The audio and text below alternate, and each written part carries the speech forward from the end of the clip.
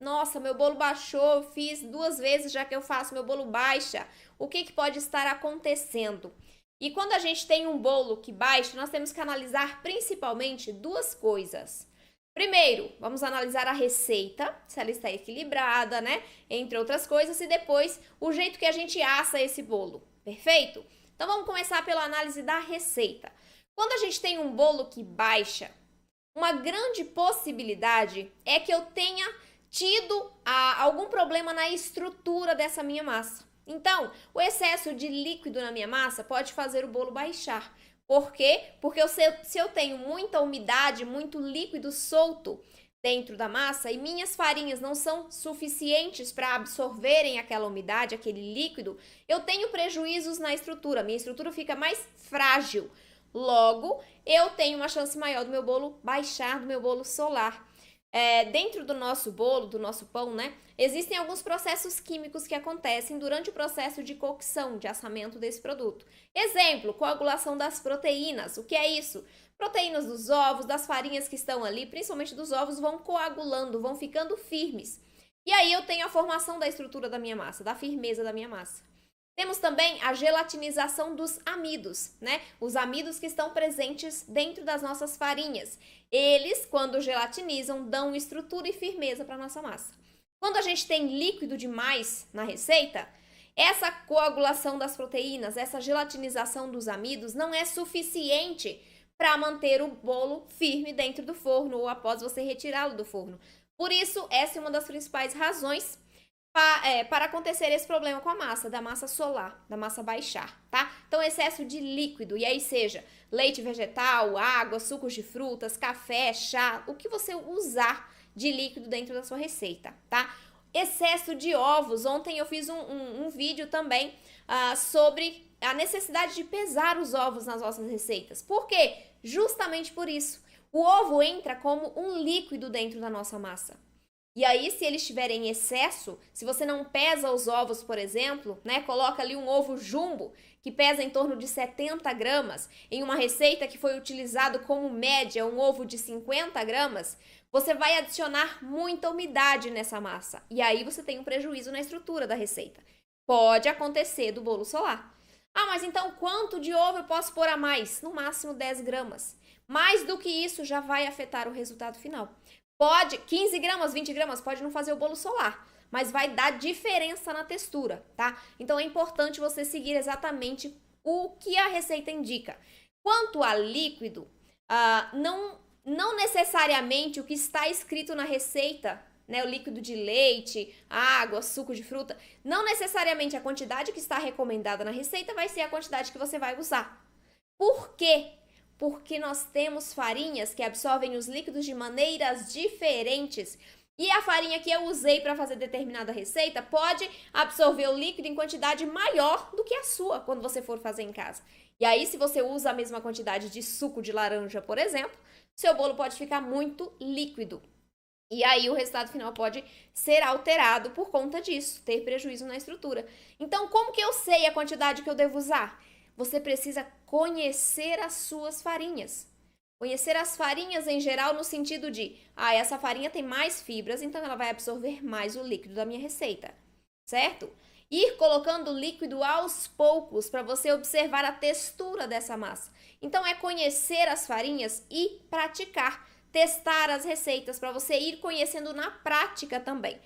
A teoria ajuda e ajuda muito, mas a teoria sem a prática, ela é morta. A gente precisa aprender e praticar para aplicar o que a gente aprendeu e assim fixar muito melhor, aprender muito mais, né? Então a gente precisa entender que as farinhas vão absorver os líquidos de maneiras diferentes. Se elas absorvem menos e você coloca a quantidade recomendada na receita, pode ser que o seu bolo baixe por causa disso, excesso de umidade na massa. Outra coisa que pode baixar o seu bolo, excesso de gordura na massa. Por quê? É um líquido também, certo? Mas além disso, a gordura pesa a massa se tiver em excesso. Então a chance de seu bolo baixar é muito maior, tá? Além de ficar gorduroso, né? Aquele bolo que não dá para comer muito bem porque não fica tão saboroso assim com excesso de gordura, fica pegando na mão, né? Fica aquela mão oleosa, não é legal. Então, o excesso de gordura também vai afetar o seu resultado fazendo o seu bolo solar. Principalmente quando for uma receita muito delicada. Exemplo, bolo de laranja, bolo de limão, bolo pão de ló, né? Esses bolos que têm uma estrutura delicada, né? Que a gente trabalha ali com menos farinhas de estrutura, ou que ele tem muita incorporação de ar nessa massa, são massas mais delicadas, a gente precisa de um cuidado maior. Se eu tenho excesso de gordura nessa massa, a chance de ela baixar é muito grande. Então, você precisa observar ponto de hidratação de receita, você precisa observar quantidade de gordura dessa receita para ver se não é excesso de um ou de outro que está provocando esse seu resultado final que baixa, né? Um bolo que baixa. Tanto baixa dentro do forno, quanto quando você tira do forno. Nossa, mas se eu tirei do forno, ele já está assado, né? Não era para ter baixado. Ele pode baixar, tá? Porque se eu tenho excesso de umidade, o centro do meu bolo, ele ainda tá bem úmido, concorda? E quando a gente tira o nosso produto do forno, ele continua os processos de cocção. Então, ele continua estabilizando a massa ali, com gelatinização dos amidos, coagulação das proteínas e outros processos químicos que acontecem dentro do produto. Até ele esfriar completamente, eu ainda tenho a estabilização da massa. Ou seja, se eu tiver uma janela aberta, uma porta aberta, retirar o meu bolo do forno, né, que tá ali quente, e tiver um choque de temperatura, a chance do bolo baixar também é grande. Mesmo eu tendo um bolo equilibrado, um bolo bem assado. Porque eu tenho choque abrupto de temperatura. E isso vai prejudicar a estrutura da sua massa. Perfeito? Certo, gente? Então, podem ser essas as razões para o seu bolo baixar. Outra razão de receita: excesso de fermento químico. Por que, gente, no bolo, excesso de fermento químico vai fazer meu bolo baixar? Veja só. O fermento químico atua em duas ações, em dois momentos dentro da receita. Perfeito? Primeiro, quando entra em contato com o líquido da massa. Segundo, quando entra em contato com o calor do forno. Tá? Então, eu tenho dois momentos ali de ação desse meu fermento químico. Quando eu tenho excesso de fermento na massa, essa minha segunda ação que acontece dentro do forno, ela acontece mais rápido do que os processos químicos acontecem ali, começam a acontecer para dar firmeza na massa. Então, eu tenho um bolo que cresce num tempo muito menor do que o início dos processos químicos de firmeza. E aí, eu posso ter um bolo que baixa também. Então, o excesso de fermento na massa pode ser uma das causas desse bolo baixar. Perfeito? Que mais? Forno. Excesso de temperatura. Excesso de temperatura. Excesso de temperatura, né? Temperatura muito alta.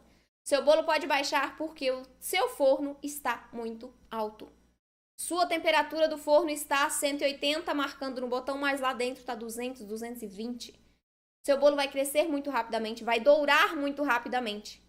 Como é que você identifica se o forno está muito quente ou não? Você pode olhar pelo aspecto visual do seu bolo. Então, a parte de baixo ela vai ficar mais branquinha e a parte de cima mais dourada. É o contrário. Primeiro a gente assa na parte de baixo, depois a gente doura o nosso produto em cima. Então, se tiver inverso, branco embaixo e mais dourado em cima, tem muito calor aqui. E quando eu tenho muito calor aqui, o meu fermento cresce mais rápido e meu bolo pode baixar, porque não tem estrutura para se manter em pé. Tá bom? Então, cuidado com o seu forno também. Ele pode fazer o seu bolo baixar.